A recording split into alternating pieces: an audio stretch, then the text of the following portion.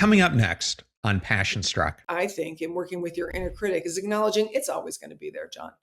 Your inner critic is always going to be alongside you, chirping away. You need to be able to recognize when it's talking and take away its ability to make decisions for you. You can explore the ideas, but your inner critic does not get to be a decision maker. Welcome to Passion Struck. Hi, I'm your host, John R. Miles, and on the show, we decipher the secrets, tips, and guidance of the world's most inspiring people and turn their wisdom into practical advice for you and those around you. Our mission is to help you unlock the power of intentionality so that you can become the best version of yourself. If you're new to the show, I offer advice and answer listener questions on Fridays. We have long-form interviews the rest of the week with guests ranging from astronauts to authors, CEOs, creators, innovators, scientists, military leaders, visionaries, and athletes. Now, let's go out there and become Passion Struck.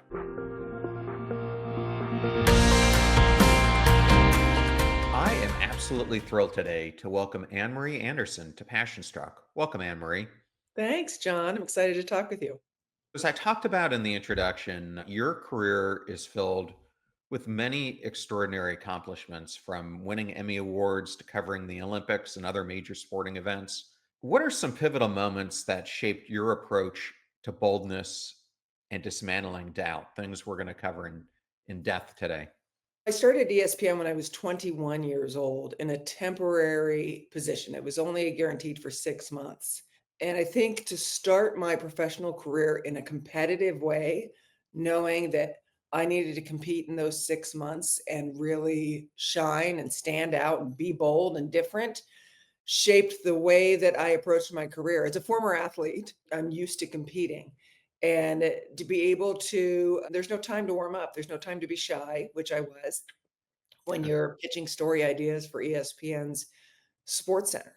I think right out of the gate, I learned quickly that I needed to be willing to take some bold risks in my career if I wanted to succeed. Well, I know for me that being a Division One athlete really was critical in developing so many aspects of who I am and my mindset around the importance of taking action, how it developed my relationship with teammates and the power that they bring to supporting you and encouraging you. I know you had a really illustrious career at Hofstra. How did that influence your competitive experience and resilience that you now have in life and in your career? I totally agree with you. There's so much that can be learned from being part of a team at any level that you take into business. I had a little bit of a unique situation going into college. I was a pretty good volleyball player and I was being recruited by a lot of the West Coast schools. I had talked to Hawaii and Long Beach and UCLA and such. And then I broke my leg. And so all of my offers, West Coast, went away. I literally went on recruiting trips on crutches with a broken leg. And that's how I ended up at Hofstra, a school I had never heard of before up to that point, because I'm a Colorado kid and I live in California now. And I think what I learned being there was the value of adaptation. It was a different level of volleyball at that point. And I look now at all the kids transferring from one school to the other to get the best opportunity. And what I learned there at Hofstra was really how to work within a different system, how to embrace. I mean, New York is a different culture altogether, how to embrace a different culture. And I feel like that resilience, because we didn't win a lot.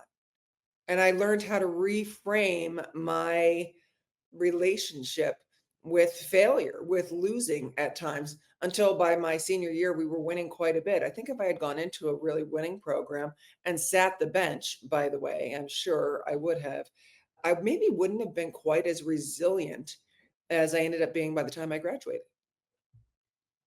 Yeah, it really does make a huge difference. And I'm so honored that I had that background. And having gone to a service academy, I sometimes wonder how much it would have been different if I went to a normal university where you didn't have, where I'm sure the sports focus would have been even more pronounced. I think our coaches knew we had these other elements to our existence, so they couldn't own all our time. But I think at other universities, you're really owned by the sport that you're part of. Yes, and thank you for your service, by the way. Which academy did you go to? I went to the Naval Academy. Thank you very much for your service. Thank you. Today, we are going to be discussing your brand new book. Congratulations on that, Cultivating Audacity. And I think it's important to start out with maybe a definition of what audacity is. Completely, because I think in this country we have this negative connotation of audacity, right? I mean, it's you have the audacity to ask me that, or the audacity to say that. Who do you think you are? I mean, my parents used to say that once in a while to me when I was a teenager. And then I looked it up, and audacity by definition is the willingness to take bold risks. That's not negative. Doesn't have any kind of a negative ringtone to it to me. In fact, my sister-in-law is from Argentina, and she was surprised to hear that there is sometimes a little bit of a negative undercurrent with the word, because in Argentina, audacity is all the positive things. Looking at taking bold risk, which is audacity, I don't think it's something you're born with, John. I think it is something that you have to cultivate and grow. And that's why that's the title, Cultivating Audacity, because it takes practice in order to take bold risks and have the confidence to do so. I have a friend of mine, Scott Simon, who wrote the book Scare Your Soul, and he's trying to start a courage movement. But I think it's the same thing. You've got to start taking boundary expanding actions if you want to grow from it. And I think that's, as I read the book, a lot of your philosophy as well. For sure, because again, it's about reframing what failure looks like. I tell people that like to be, oh, I don't like risk. I want to stay the same. That's great if you're completely happy with every aspect of your life, your health and fitness, your relationships, your work, everything. But the only thing that staying the same ensures is that there's no growth possible. So if you want to grow in any one area of your life, staying the same is not an option. You're going to have to risk, take information from that leap, whatever it is, and keep using it to drive you towards your vision and your values. That's really what it's about, is anything that brings you closer to your vision, your values, and who you want to be. Emery, you have had a lot of defining experiences and success stories in your life. Is there a time when you took a bold risk that didn't pay off? And if so, what did you learn from it? It's an interesting question. I feel like none of them paid off at the beginning. It was all about learning. I mean, my first time on air was in 78 million homes, and I was horrible. And I was afraid that I was going to be horrible and exposed and judged and embarrassed. And when I went on air, I was all those things, but I survived it. I mean, in terms of a bold risk that doesn't work out, it depends on whether you're looking at the outcome. I mean, the audacity is in the action. The victory is in the action, not in the outcome. So I went on air and everything that I was afraid of was true. And I survived it. And I got some resilience and some data to try to be better next time. As I look through my life and I look at any risk that I took, they all led me somewhere. Does that make sense? I don't count any of them as failures or not working out. It all just became information for me. I remember hearing you talk about that appearance on another podcast that I was listening to prepare for this, and you were in that discussion talking about a conversation you were having with your husband before you did the event, and you were going through your head all the things that could happen. Your career could come. It could be the end of your being a producer. It could be the end of you being a broadcaster. It could be the end of this and that. And I think that's something that we all tend to do. I know for me, it's always been intimidating to do public speaking. And I had one speech that I gave that didn't fall the way I wanted it to on a sales organization. And when I think about all the successes I had, they are not the first thing that comes to my mind. It's always that failure moment. But I think because of it, it's made me prepare even more now about what does the audience want? What do I need to deliver? How do I show up in the best way? Do you think it's the same thing for you? I think that's a great example, John. Isn't that the worst? First of all, my sympathies, right? You give the speech and then it falls flat and you're standing there like the emperor has no clothes. But you got information. from And it. there's nothing you can do. There's nothing you can do. You're standing there naked in your head. Exactly. But you got information from it and rebounded. The incident you're talking about with my husband at the time was I was terrified that first time going on air, standing outside the stadium, sobbing. You want your reporter sobbing outside the stadium right before you go on ESPN2. It was in 78 million homes. And what I tell people is that if you catastrophize, the absolute worst that can happen, at some point, you're going to realize that it's probably not going to go that far. So, the story that you were talking about, I said, I could be so bad that not only will I never be on television again, but I'll never be able to produce again, as you talked about, because nobody will listen to me. And I'll lose my entire career in television. And if I lose my entire career in television, this is all I've ever wanted to do. So I will be a miserable person, and you will have no choice but to leave me because I won't be able to be a good mother to our children who haven't even been born yet. And I will die destitute and alone. And he was like, wow, you went there. But once you catastrophize it, obviously, I'm not going to die destitute and alone because I'm bad on a television camera one time. So once you take it to that ridiculous level, you can survive anything. And that's really what it's about, is taking the action and no matter the outcome, knowing that you can survive and make another decision. Sometimes I feel like when we're going to make a decision, it feels like the last one we're going to make. If this doesn't work out, and it's not the case, catastrophize it, it'll make it seem a little bit easier. I wanted to ask you one more question on your background before we go further into the book. Sure. Uh, Emery, what's the most audacious decision you've made in your career, and how did you navigate the uncertainty that came with it? The most audacious thing I did looking back, and I almost can't believe it, like that, the hubris of young people. When I was 26, I lived in Bristol at ESPN's headquarters and loved my job. When I was 26, I took a vacation to Southern California to visit my brother in February.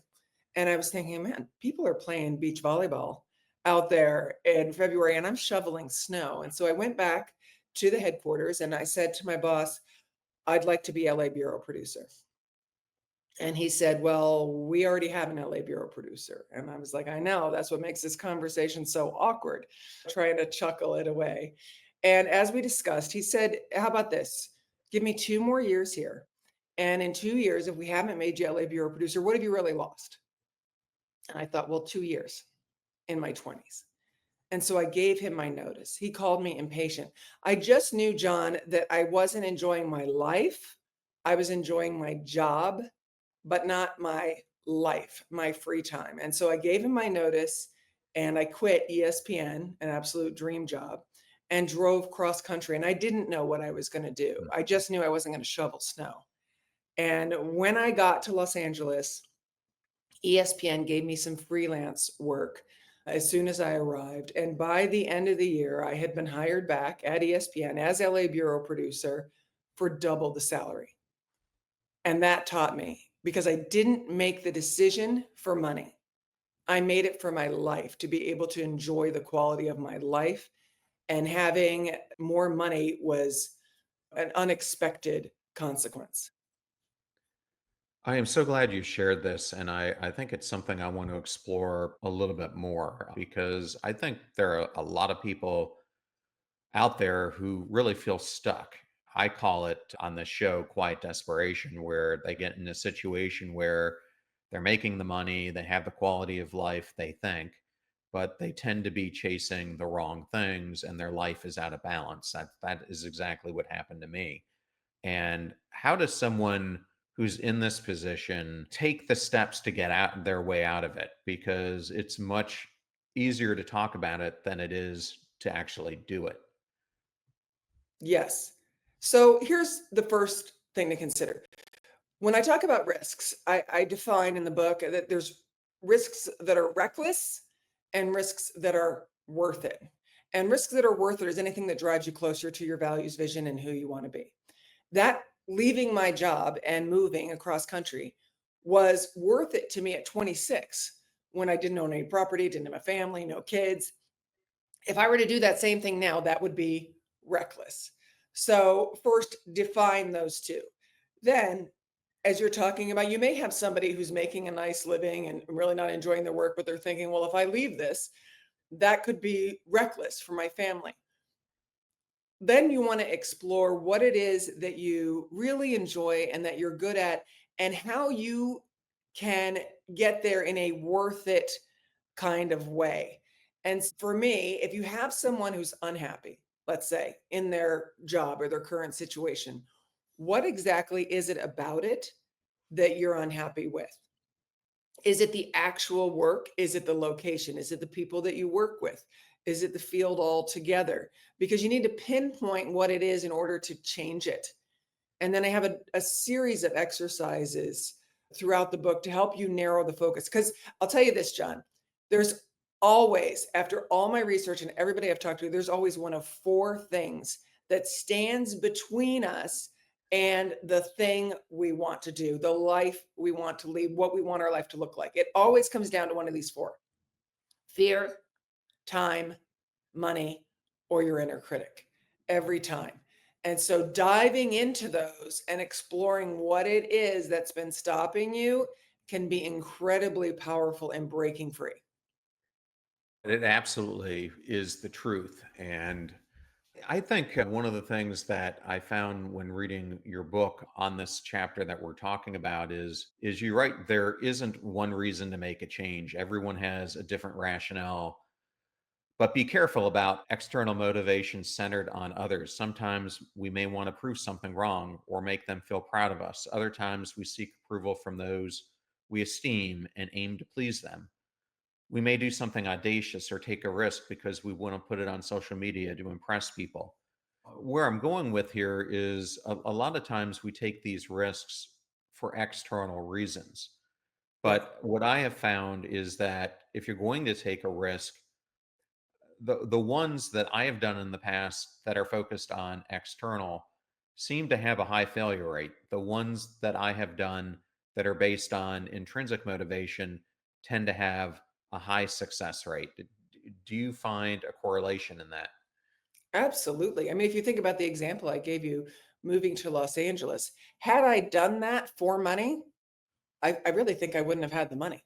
It wasn't about that. It was internal, the way I wanted my life to be. Look, if you're taking a risk because you want to impress somebody, understand they may not even notice, right? You're thinking in your head, oh, I want them to be proud of me.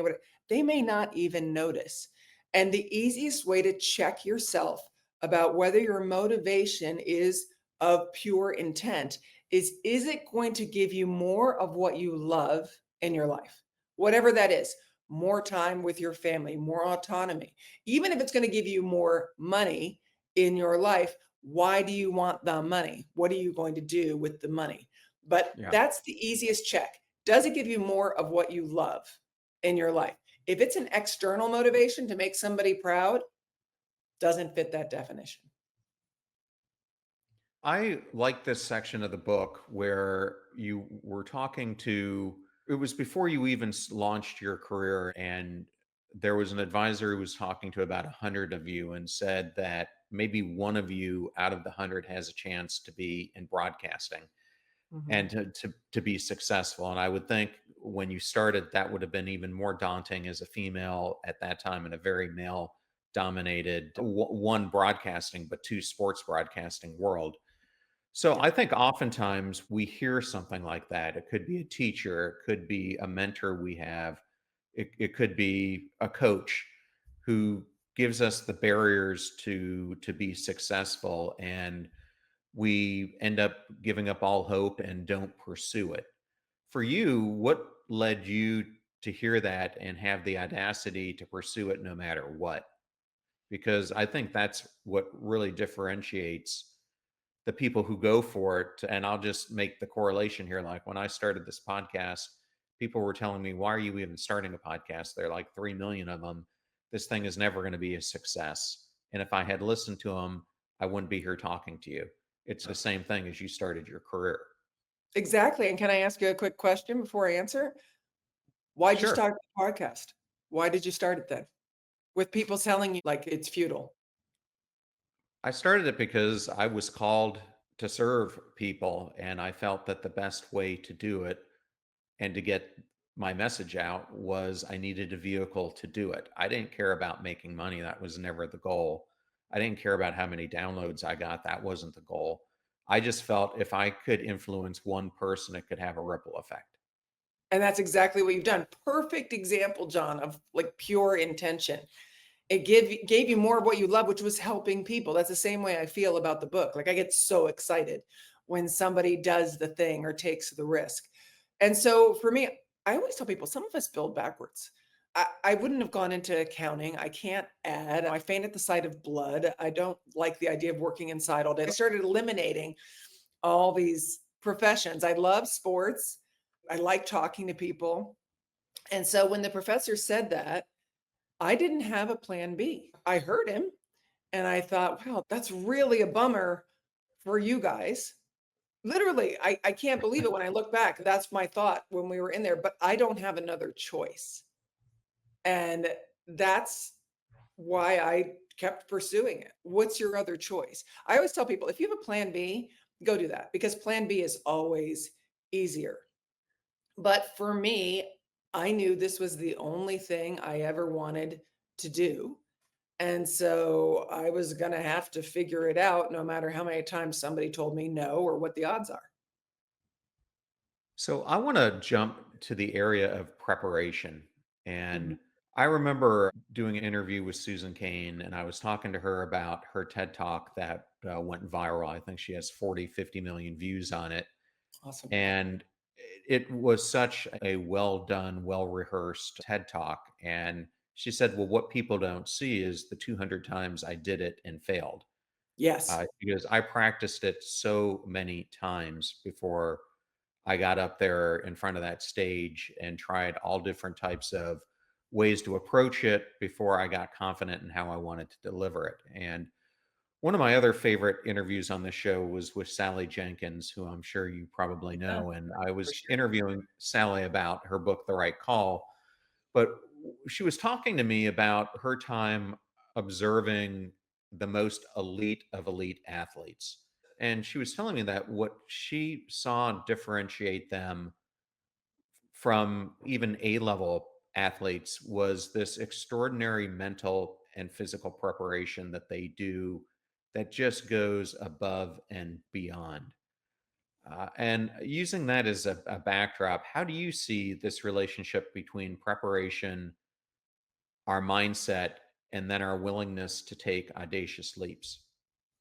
I love that question because if you ask anybody in television about me, they will say that I'm prepared. I'm known for my preparation when I'm preparing for a game. And it's all a safety net. It was interesting when you were talking about the person giving the TED Talk that you said she did it 200 times and failed.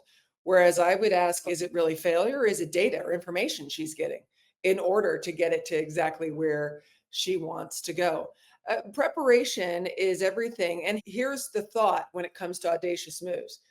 I don't want anybody leaping off, the cliff to, "Oh, I'm gonna succeed at this. I'm gonna put all my money in this and just jump into it." It's about the careful preparation. What are the steps I need to take in order to get there? What are the backup plans that could go? That for me is where all the good stuff is in terms of planning and preparing. When I go on air to call a game, because I'm still a working broadcaster for ESPN, people will see me on the air for 2 hours calling a basketball game, but it's been 4 days of preparation, or researching, talking to coaches, talking to players, interviewing before I ever get on air for those 2 hours. The game itself, the speech itself, the clock is the reward. It's the preparation where you really dig in and grow the most. I completely agree with you. And as people have come on the podcast, I get a lot of people who say your interviews are different from everyone else's. And I say, well, that's on purpose because I try to do so much research that I don't want to have the same interview someone else has with a guest because then what's the point if they've already done it? My favorite thing is when I have a guest and I ask a question, they go, no one has ever asked that to me before. Yes, Uh, exactly. But it's not like Barbara Walters became Barbara Walters because she just came up with the questions on the fly before she had a guest. I have to imagine that she dedicated herself to the art of preparation to become the person that she was. And I think the same thing goes with anyone in their field. Absolutely. Barbara Walters, for example, and her team, careful preparation, and then the ability after that to be flexible. Because you can prepare and have all your questions, and then you get an answer you don't expect, and you want to just stay with your questions. I see that all the time with the ability to be flexible. Well, you can apply that to any profession, right? Here's what you plan to do. Here's something that comes in that's different, some data, and you need to be flexible in order to take your preparation and adjust to the current situation. So yes, I think it's both of those things. It's the preparation and then the flexibility within it. Anne Marie, I want to jump to a different area of showing Audacity, and that is showing Audacity to our kids. And Mhm. as I was reading your book, something really struck me. My grandmother used to always tell us when we were kids how she always wanted to go to medical school and never found her way to do it. She and I can't tell you how many times I heard her tell us this regret. And in the book, you talk about your mom, who's 93 years old, and she told you one time, Anne Marie, I envy you because I always wanted to work outside the house, but never figured out how to do it. Mm. And I mean, it's an emotional statement, both of them, because it's like a big part of who they are got trapped and never got to express itself, which is very sad. But I think there's a big lesson here that we can learn from this on how, by the fact that we're willing to take risks, shows our children that it's okay to be brave as well. And I was hoping you might be Yes. able to talk about that. For sure. And the other thing is when something does not succeed, show that to your children as well. An example immediately comes to mind where I had been booked to be a play by play announcer for a series of games, and I was waiting for my contract. And my contract didn't come. And finally, I asked the producer, hey, is there a problem? And they said, yes. They said the general manager and head coach decided that he wanted somebody else. And I thought, well, I haven't even met him. You offered me the job. I cleared my schedule. You told me you were the person hiring and now somebody else. And I was so frustrated by that, John. I tend to cry when I'm frustrated. I don't hide it. That's just one of the ways I release it. So I'm crying in my office afterwards, frustrated. And I decided I wasn't going to let that happen. I have no control over whether or not he hired me, but I did have control about being able to talk to him and say, here's who you're not hiring. And so I walked out of my office through the kitchen. My children were pretty small at the time. They see me upset. And I said, never just let somebody deny you something without asking questions. And I went to the airport, bought a ticket at the counter, flew up to, as a short flight, met this particular boss and said, hey, I wanted to have a conversation with you about that. And it was really important for me to show the kids that I was going to have that conversation with him. I did. And he said, look, it's not personal. I said, of course it's personal. I'm a person. I just wanted you to know who you're not hiring. At the end of the meeting, he did hire me. He gave me a raise, as a matter of fact, before I even started. And I came back and my kids got to see that. Those are my favorite moments when they get to see their parent, their father is the same way, be resilient, be resourceful. I'm hoping that on my gravestone, my kids will see the words work the problem, because that's what I tell them all the time when there's an issue. Okay, do you want to be helped, heard, or hugged? And if they say they want to be helped, I say, great, let's work the problem. I think it's so important. And I remember one of these things also comes to, I think, helping our kids see their failures. And you were in this interview talking about your 12-year-old who at the time was having some confidence issues and some body image issues, which I think whether you're a male or a female, we all go through it. I grew Mhm. up as a heavy set kid, and I can't tell you how much that affected how I viewed the world and looked at myself. And I loved how you helped your 12-year-old through this, and I was hoping you might be able to share this story. The fourth barrier that I find really common, and everybody has it, is your inner critic. That voice in your head that is telling you, ready yet, you don't have all the qualifications, maybe you're not good enough, other people are more qualified for the thing that you want to do. And in picking my 12-year-old up from school one day, and she gets in the car, hi, honey, how's school? And she says, I'm stupid, I can't do math, and oh, by the way, I'm fat. And I was like, yo, that's a lot in one moment. And when we talked about it, I asked the questions that a lot of people would ask at that point. Would you say that to me? Would you say that to somebody else? No. Why would you say it to yourself? But we went a step further. And I said, okay, if that's not something that you would normally say, then that's not your voice. And a lot of psychology experts, I realized, have advised the same thing, where you separate that inner critic from yourself simply by giving it a name. Just the simple fact your brain will recognize another name. So I asked my daughter, what would you want to call that voice? And she said, Jerry. And I Hmm. said, okay, so if Jerry were to come up and whisper in your ear, you're dumb, you can't do math, and oh, by the way, you're fat, what would you say to Jerry? And she said, I would say, shut up, Jerry. And so if I hear her struggling, doing homework, saying, oh, I can't do this, I will literally yell from my office, shut up, Jerry, just to take her out of the moment and recognize it's only one thought. It's just a thought. That's all the power that inner critic has. It's a thought, and you can get curious about it and explore it. But the most important thing, I think, in working with your inner critic is acknowledging it's always going to be there, John. Your inner critic is always going to be alongside you, chirping away. You need to be able to recognize when it's talking and take away its ability to make decisions for you. You can explore the ideas, but your inner critic does not get to be a decision maker.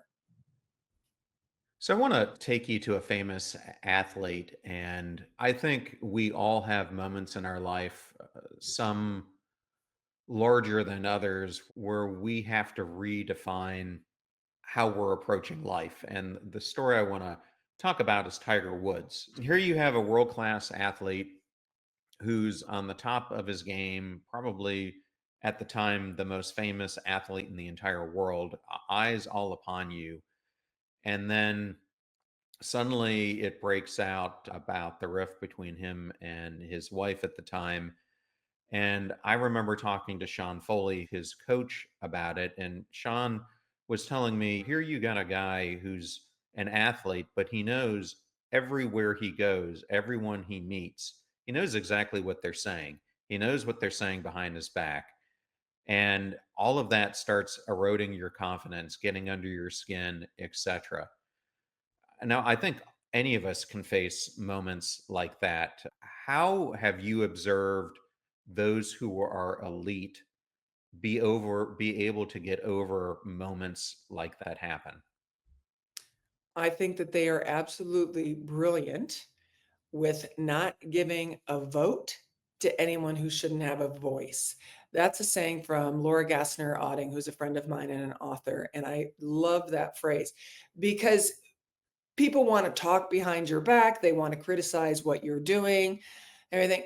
They don't get to have they shouldn't have a voice in what you're doing. So you don't give them a vote. I think what I see with the elite athletes, I know what I see with the elite athletes, they're not even thinking about the person criticizing their performance or the way that they're doing because that person isn't going where they're going.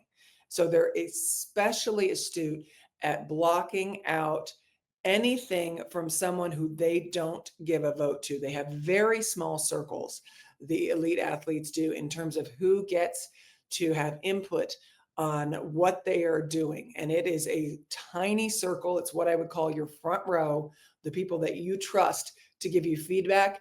Everybody else is out of the equation. It reminds me, and I'm glad you brought that up because that's where I was hoping you would take it. Is I have this philosophy I talk about in my book called the mosquito audit. And what I'm really encouraging people to do is we have these invisible influences all around us. Some of them are the closest people we have in our lives, but you've got the invisible suffocators, the pain in the asses, the bloodsuckers, the different types of mosquitoes who might be in your front row and who might be completely negatively influencing everything that you're trying to achieve. So, doing what I say is a mosquito audit on a Mhm. regular basis, I think is extremely important. How would you respond to that? Absolutely. The front row, by my definition, consists of the people that will push, challenge, uplift, tell you the truth about where you're going. And the front row maybe doesn't contain your mother or your best friend because they want you to be safe. Okay. They're the people who want you to be safe. They don't want you to be hurt. It's a great support system to have, but not necessarily your front row. And you will find once in a while, you let somebody in, you start listening to someone's advice who really doesn't have your best interest, or maybe has jealousy or competition. You pluck them out of your front row. And you'll be able to know who's in your front row by this. We always talk about friendship as the person you would go to when things are really bad.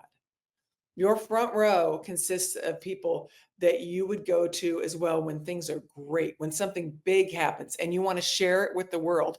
And you're not going to tell everybody because people might get jealous or brag. Your front row are the people that you can call and say, "This happened and I'm so excited about it. I wanted to share it with you." And your front row will say, "Heck yeah."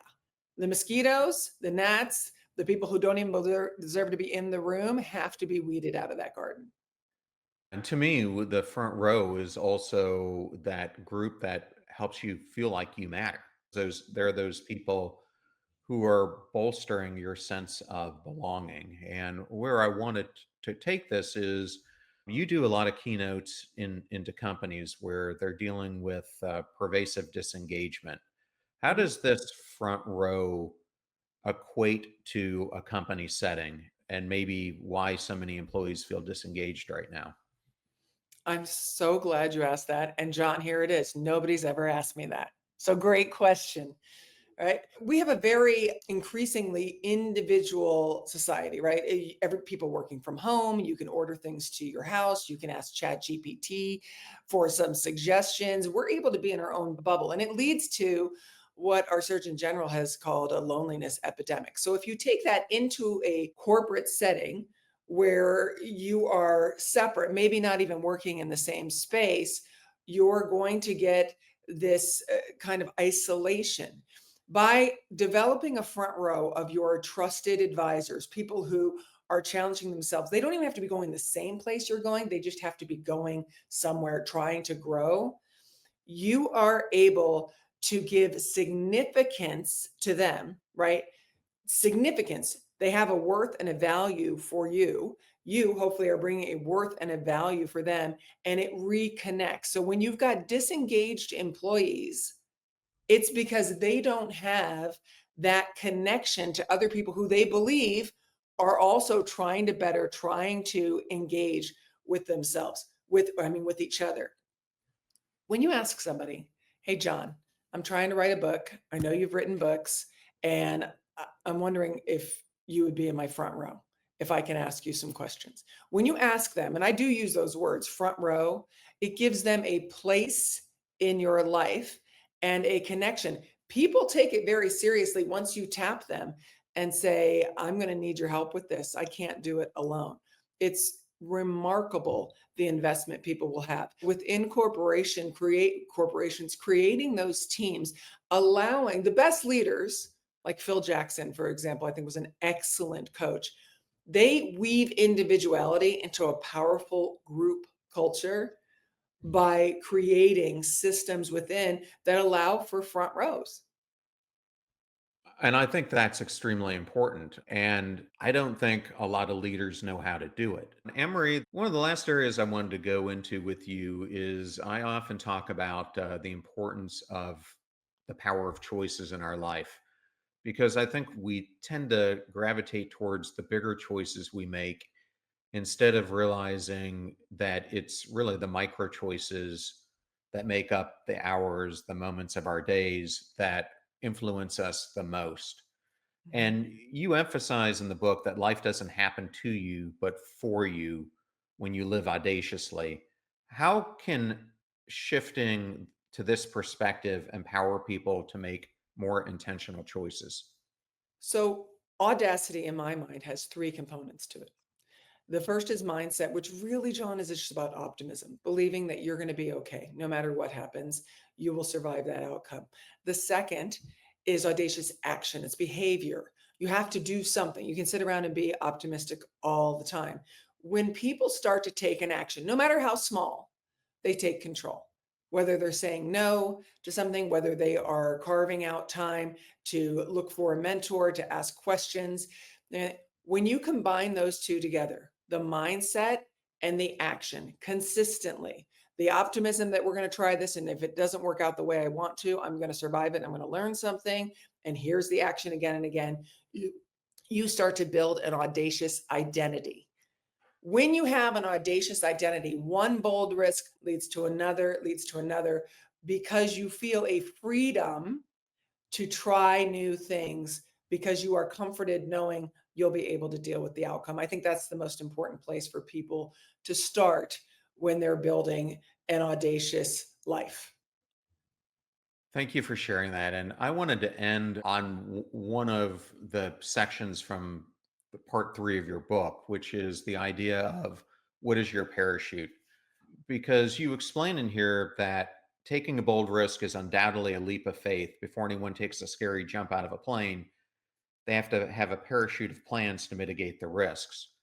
How Mhm. does this idea or metaphor of the parachute play into us living audaciously? It's about all that planning. You talked about preparation earlier, what we were talking about. That's it. It's not just your front row. It's making sure that you have the finances set up so that you're not making a reckless risk. That's very important. It's about going through time as one of the barriers, the urgency fallacy, and listing things that are urgent and things that are important, because important leads you closer to your values and visions, and making time for what's important instead of getting caught just on urgency. It's about money, which is another barrier, and recognizing that sometimes you're going to have to spend some money to get some energy back.